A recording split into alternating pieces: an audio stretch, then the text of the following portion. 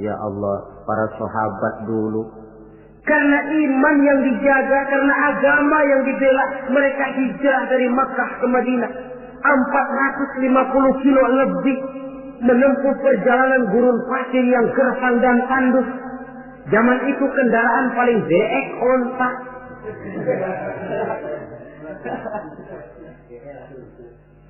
Untuk menegakkan akidah, melaksanakan syariat, mereka harus perang.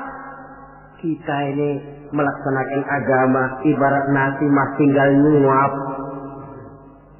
Rasul, para sahabat, generasi kemudian yang berjuang dengan untayan air mata, cucuran keringat, bahkan aliran darah. Apakah nasi yang tinggal nyuap ini masih harus tumpah ke tanah? Alangkah sayangnya melihat langsung sumber tempat timbulnya agama. Ada rasa kebanggaan, ada rasa tanggung jawab. Yang kedua kesan saya, orang bilang ibadah haji itu katanya Kongres Umat Islam Internasional. Kita sudah melihat Islam dalam skala yang makro, dalam bentuk nuansa pandangan yang luas. Apa artinya ini? Artinya seorang muslim itu tidak boleh bermental seperti katak di kolong tempurung, merasa diri paling besar karena tidak pernah kemana-mana. Tapi dilihat Islam dalam kancah internasional, sejak dari warna kulit sampai kepada bahasa, sampai kepada bentuk manusia, macam-macam berkumpul. Tapi apa? Dibungkus dengan pakaian yang sama, membaca bacaan yang sama, melaksanakan ibadah yang sama, menyembah Allah Tuhan yang sama, membaca bacaan yang sama. Dari sekian persamaan timbul ikatan spiritual bahwa muslim bersaudara, bahwa Islam ini luas. Bukankah sering terjadi kadang-kadang orang melihat Islam seperti orang buta melihat gajah? Frame of reference, kacamata pandangan yang dia gunakan sipit. Ada 3 orang buta dilepas ke kebun binatang, disuruh kenal gajah. Saya yakin laporannya pasti lain-lain. Kata orang buta pertama, lapor. Gajah tipis lebar kayak kipas. Kenapa? Karena yang dia pegang cuma kupingnya. Orang buta kedua tentu ngotot. Salah. Yang betul saya, gajah gede tinggi kayak pohon kelapa. Sebab yang dia pegang kakinya. Orang buta ketiga ngotot. Dua-duanya salah, Pak. Yang paling betul mah saya. Kalau gajah mah Pak, kecil panjang kayak ular. Sebab yang dia pegang ekornya. Salahkah mereka? Tidak salah, cuma datanya kurang lengkap. Bahwa gajah macam kipas, betul telinganya. Bahwa gajah macam ular, betul ekornya. Tapi gajah secara total adalah gajah yang bukan kipas, bukan ular, bukan pula pohon kelapa. Ini yang fisik dan tidak mendidik, kadang-kadang baru kenal kuping gajah, kemana-mana sudah pidato. Saudara-saudara, gajah tipis lebar kayak kipas. Diundang lagi ke tempat sebelah sana, begitu lagi pidatonya. Buat orang yang sudah kenal gajah, dia diketawain.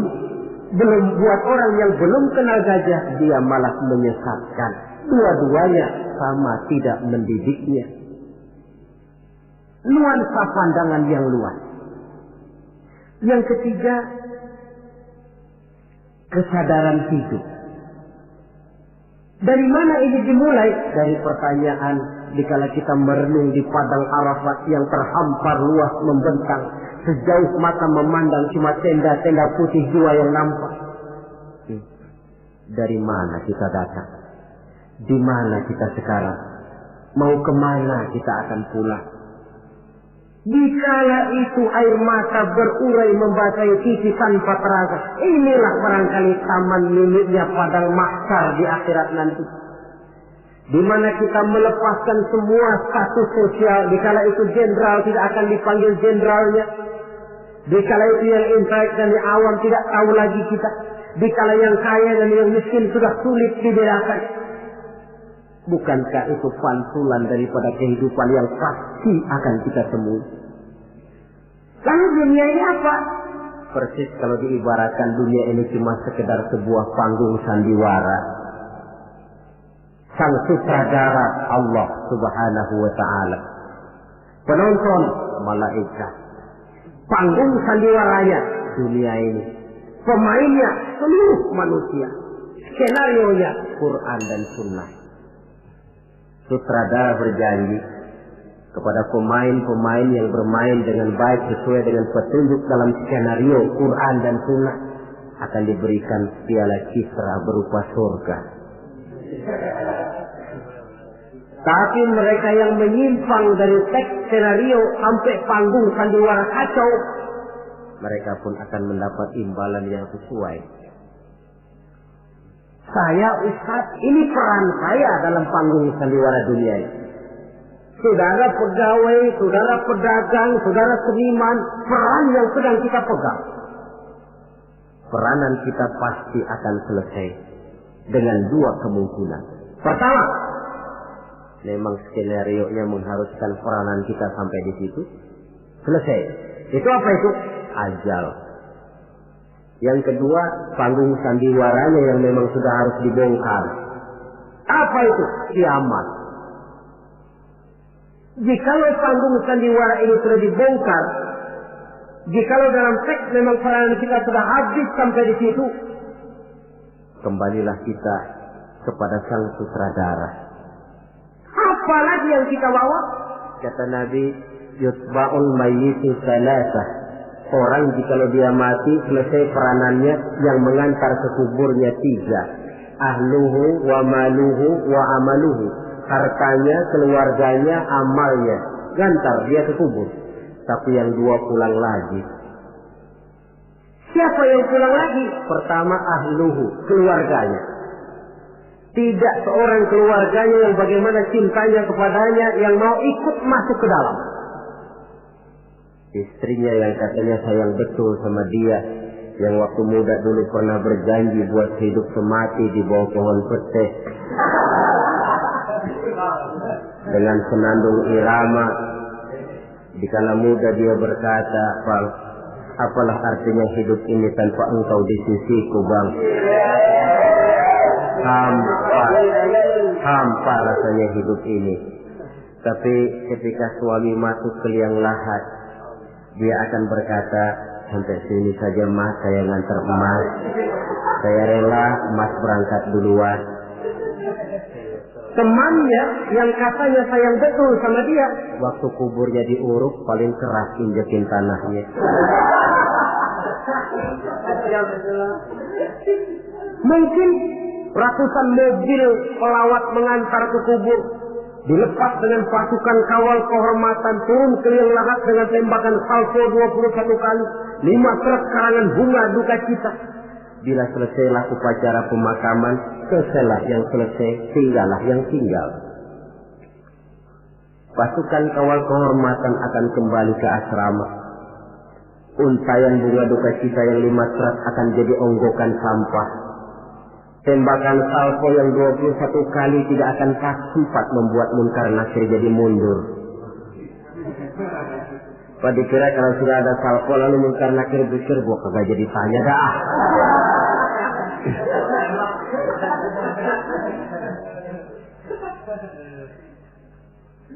Harta pun tidak ikut masuk ke dalam. Mobil cuma parkir di pelataran kubur. Yang setia menemani kita, the best friend, sampai masuk ke dalam itu tidak lain nilai amal yang kita kerjakan di dalam kehidupan ini. Maka hidup hakikatnya kesempatan untuk berbuat amal. Kata Allah, "Wallazi khalaqal mauta wal hayata liyabluwakum ayyukum ahsanu amala."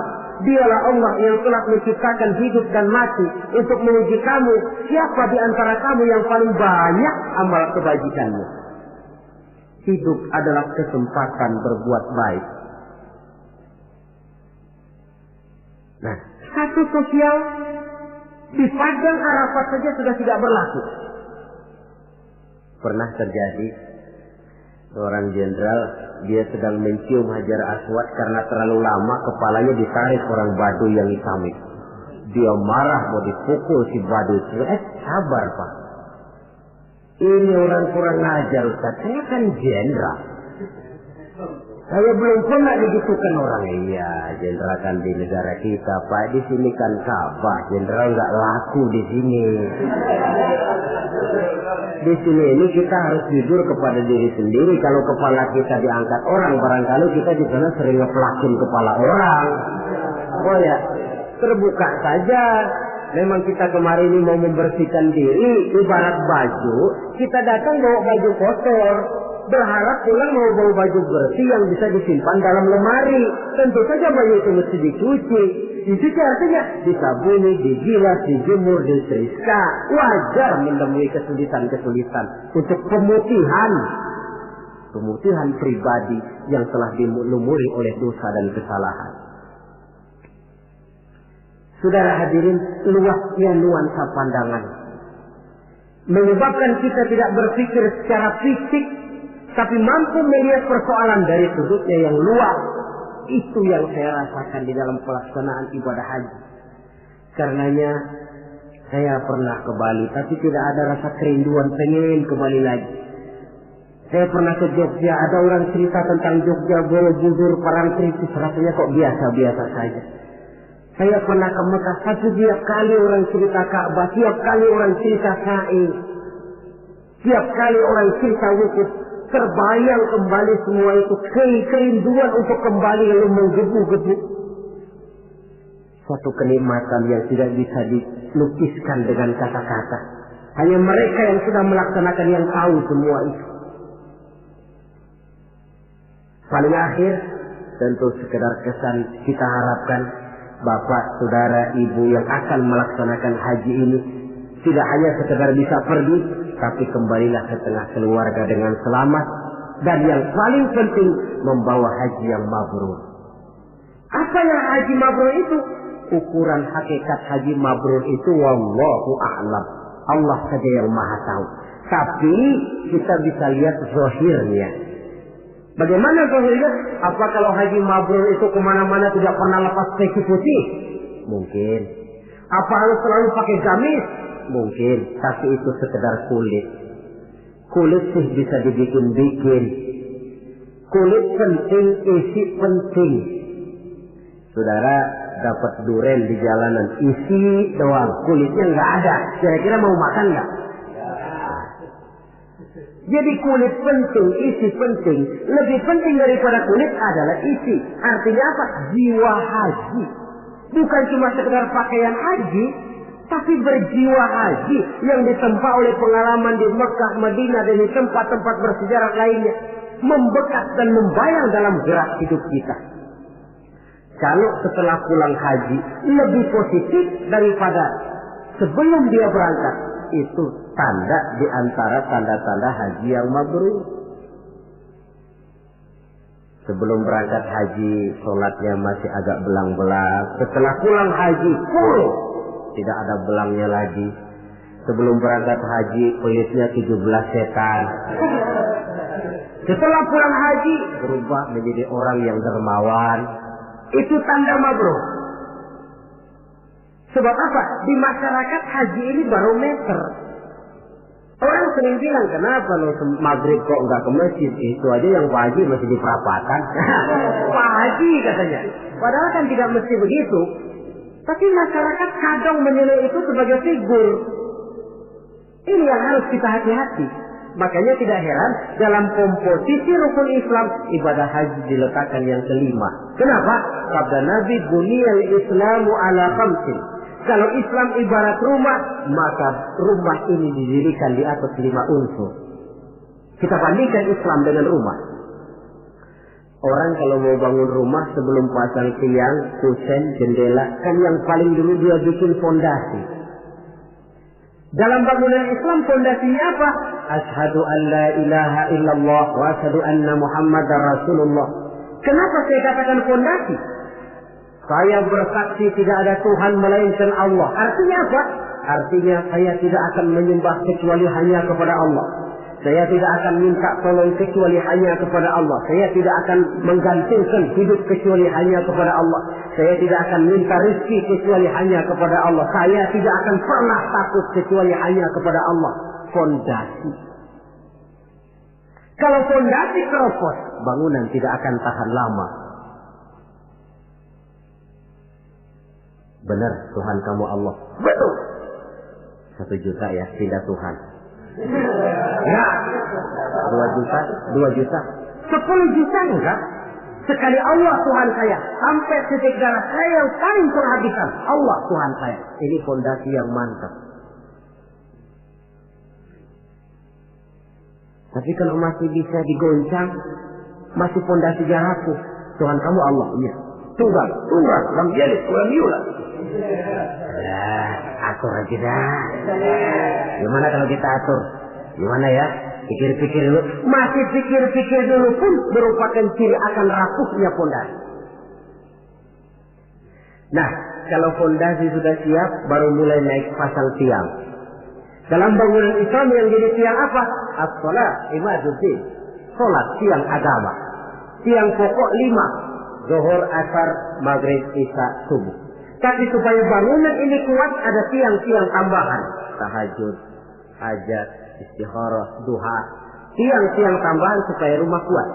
Tapi jangan lupa, tiang diri di atas fondasi. Kalau fondasi miring, tiang ikut miring. Makanya orang sembahyang kan macam-macam. Ada yang harian, ada yang mingguan, ada yang tahunan. Yang harian itu ada yang mulus, ada yang belang-belang. Kalau yang belang, zuhur kena, asar out. Asar ketangkep, maghrib hilang. Maghrib kepegang, isya terbang. Ada yang mingguan, Jumat aja modal. Ngancam bener kalau sama Jumat. Ada yang tahunan, Idul Fitri sama Idul Adha. Yang tahunan itu lumayan daripada yang polos. Saudara-saudara, fondasi sudah, tiang sudah. Kalau rumah supaya ada batasnya kan perlu pagar, dinding. Yang menjadi dinding kata Nabi, asyamu junnatun. Puasa adalah dinding, benteng. Kenapa? Esensi puasa kemampuan mengendalikan nafsu. Kalau orang hidup tidak sanggup dan mampu mengendalikan nafsu, ada benteng, pagar, nggak ngacak-ngacak kebun orang. Tahu batas mana yang dia berhak dan tahu batas mana yang dia tidak punya hak. Kemampuan mengendalikan nafsu. Nah, sudah, fondasi sudah, tiang sudah, pagar sudah, rumah supaya bersihkan harus ada jendela, pintu, lubang angin, kamar mandi yang fungsinya membersihkan. Dalam agama yang fungsinya membersihkan zakat. Kalau dia zakat mal, dia bersihkan harta kita. Dia zakat fitrah, bersihkan jiwa kita. Zakat tijarah, bersihkan tanam-tanaman kita. Makanya kalau orang muslim nggak mau bayar zakat, sama juga rumah nggak pakai pintu, nggak pakai jendela, nggak pakai lubang angin, nggak ada kamar mandi, panas, lekep. Kata orang kampungnya. Anak yang kecil tuh, adik-adik kita, kalau nggak dibayarin zakat fitrahnya, panas tuh anak, sangar.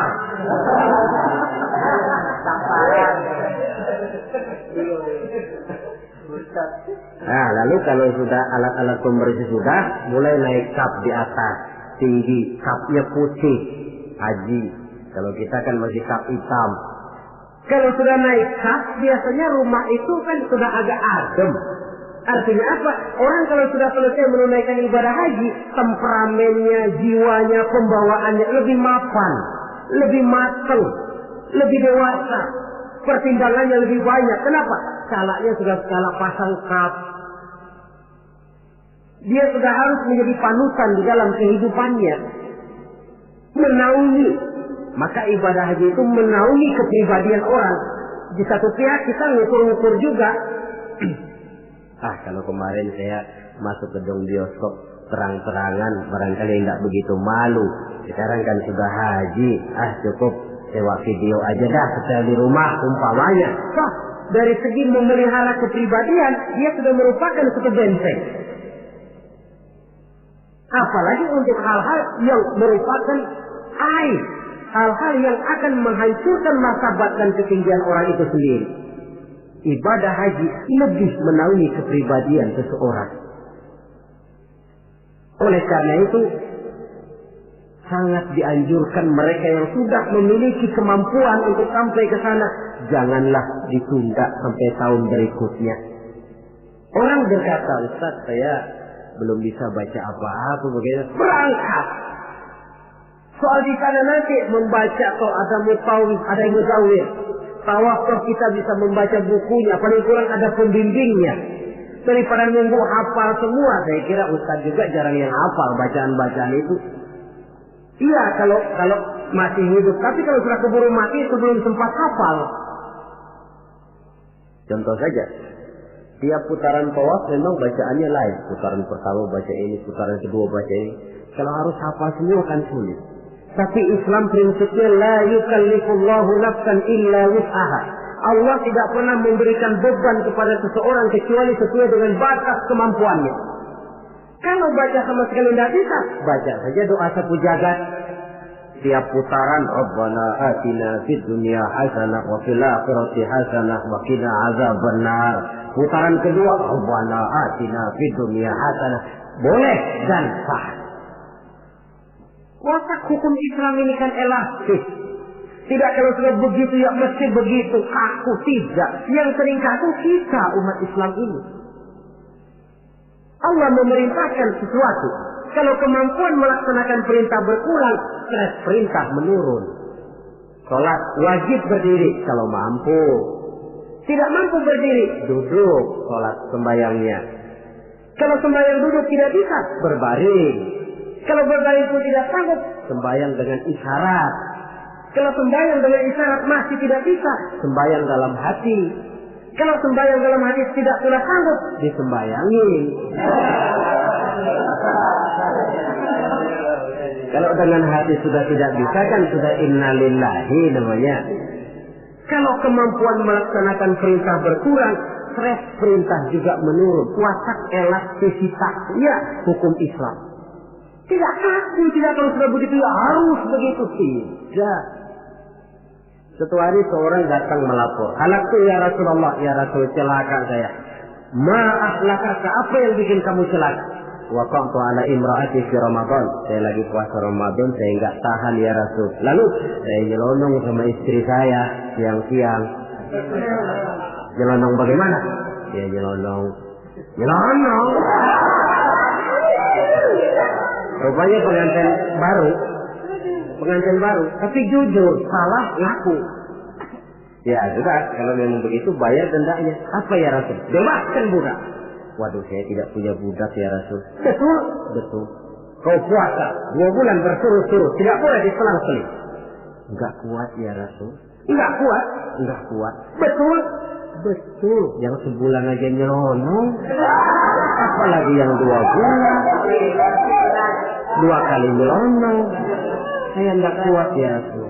Tidak kuat. Ah, beri makan 60 fakir miskin, 1 orang setumut.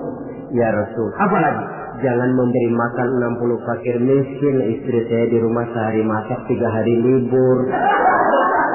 Saya orang susah ya Rasul. Lagian saya pikir ya orang kebangetan juga. Sudah melarat sama larangan kok berani gitu. Akhirnya Rasul masuk ke dalam kamar, keluar kembali membawa sekeranjang kecil kurma. Kalau kau tidak punya apa-apa, nih bawa pulang, sedekahkan kepada orang-orang miskin di kampungmu. Ya Rasulullah, apa lagi? Di kampung saya itu yang paling miskin saya. Ya Allah. Rasul tersenyum, ya sudah bawa pulang kasih makan anak istrimu di rumah. Sudah melanggar larangan, dapat kurma lagi. Elastis. Tidak, kalau sudah begitu ya mesti begitu. Tidak. La yukallifullahu nafsan illa wus'aha. Dalam ayat lain, yuridullahu bikumul yusra wa la yuridu bikumul usra. Allah menginginkan kemudahan kepadamu dan sama sekali Allah tidak menginginkan kesulitan bagi kamu. Dalam surah Thaha lebih jelas lagi, ma anzalna 'alaikal qur'ana litashqa illa tadhkiratan liman yakhsha. Kami tidak turunkan Quran ini untuk bikin sulit hidup kamu, tidak. Ini cuma peringatan bagi orang-orang yang takut kepada Allah. Quran, Islam, syariat yang dibawa Rasul tidak untuk menyulitkan manusia, tetapi justru untuk peringatan dan membawa manusia kepada kebahagiaan sejak dari dunia ini sampai ke akhirat nanti. Oleh karena itu, tidak lain tentunya kita ikut mendoakan. Mudah-mudahan saudara-saudara kita yang tahun ini melaksanakan ibadah haji, semoga mereka selamat pulang perginya, kembali ke tengah-tengah keluarganya dengan membawa haji yang mabrur. Dan kita pun yang tahun ini belum beroleh panggilan, mudah-mudahan tahun depan atau tahun-tahun berikutnya dipanggil Allah, supaya kita juga bisa merasakan nikmatnya ibadah di Masjidil Haram, di Masjidil Nabawi, dan di tempat-tempat yang mustajabah lainnya. Sekianlah saudara-saudara pertemuan kita pada saat ini. Mudah-mudahan ada manfaatnya. Terima kasih banyak atas segala perhatian. Mohon maaf atas segala kekurangan. Maklumlah ibarat kata pepatah, wa qad yurja li jarhi sayfi bur'un wa la bur'u lima jarahal lisan. Kalau pedang lukai tubuh, masih kan ada harapan sembuh. Kalau lidah lukai hati, kemana obat hendak dicari. Untuk itu saya mohon maaf. Usikum wa nafsi bitaqwallah. Aqulu qawli hadza fa astaghfirullahal azim li wa lakum. Wassalamu alaikum warahmatullahi wabarakatuh.